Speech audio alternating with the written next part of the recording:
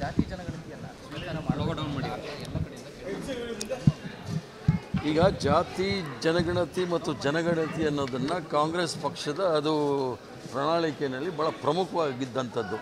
ನಮ್ಮೆಲ್ಲರ ನಾಯಕರಾಗಿರ್ತಕ್ಕಂಥ ರಾಜೀವ್ ಗಾಂಧಿಯವರು ನೆನ್ನೆನೂ ಸಹ ಸಾಹು ಮಹಾರಾಜರವರ ಸಮಾಧಿ ಹತ್ರ ಹೋಗಿ ಪ್ರಪಂಚ ಮೇಲೆ ಬಿದ್ದರೂ ಸಹ ಜಾತಿ ಗಣತಿಯನ್ನು ಮಾಡ್ತೀವಿ ಅಂತ ಹೇಳಿದ್ದಾರೆ. ಸರ್ಕಾರಕ್ಕೆ ಯಾಕೆ ಯೋಚನೆ ಮಾಡ್ತಾ ಇದ್ದಾರೆ ಅನ್ನೋದು ನನಗೆ ಗೊತ್ತಿಲ್ಲ. ಜಾತಿ ಗಣತಿನ ಮತ್ತು ಏನು ಜಾತಿ ಗಣತಿ ವರದಿ ಇದೆ ಅದನ್ನು ತತ್ಕ್ಷಣವೇ ಜಾರಿಗೆ ತರಬೇಕು. ಅದರಿಂದ ಏನಾಗುತ್ತೆ ಅನ್ನೋದು ಮುಂದೆ ನೋಡೋಣ. ವಿರೋಧ ಪ್ರಶ್ನೆ ಅಲ್ಲ. ಜಾತಿ ಗಣತಿಯಿಂದ ಎಲ್ಲರಿಗೂ ಸಹ ಒಳ್ಳೆಯದಾಗುತ್ತೆ, ಅವ್ರಿಗೂ ಸೇರಿ ಒಳ್ಳೆಯದಾಗುತ್ತೆ. ಸರ್ವತೋಮುಖ ಅಭಿವೃದ್ಧಿಗಾಗಿ ಜಾತಿ ಗಣತಿ ಬೇಕಾಗಿರೋದ್ರಿಂದ ಅದರಿಂದ ಸರ್ಕಾರ ಹೋಗುತ್ತೆ ಅಂದರೆ ಹೋಗಲಿ. ಆತಂಕ ಇದೆಯಾ ಸರ್? ಅಂದರೆ ಅಲ್ಲಲ್ಲ, ಭಯ ಯಾಕೆ ಬೀಳಬೇಕಾಗಿದೆ? ಜಾತಿ ಗಣತಿ ಮಾಡೋದು ಸರ್ಕಾರದ ಜನಸಾಮಾನ್ಯರ ಹಣದಿಂದ ಜಾತಿ ಗಣತಿ ಮಾಡಿಸಿದ್ದೀವಿ. ಪಕ್ಷದ ಪ್ರಣಾಳಿಕೆಯಲ್ಲಿದೆ.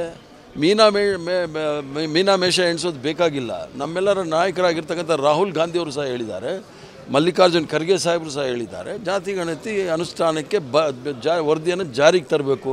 ಅಕಸ್ಮಾತ್ ಅದರಲ್ಲಿ ಏನಾದರೂ ಸಣ್ಣ ಪುಟ್ಟ ತಪ್ಪುಗಳಿದ್ದರೆ ಅದನ್ನು ಚರ್ಚಾ ಸಮಯದಲ್ಲಿ ಸರಿ ಮಾಡ್ಕೊಳ್ಬೋದು. ಅದನ್ನು ಮೊದಲಿಂದ ಹೇಳ್ತಾ ಇದ್ದೀನಿ, ಈಗಲೂ ಹೇಳ್ತೀನಿ.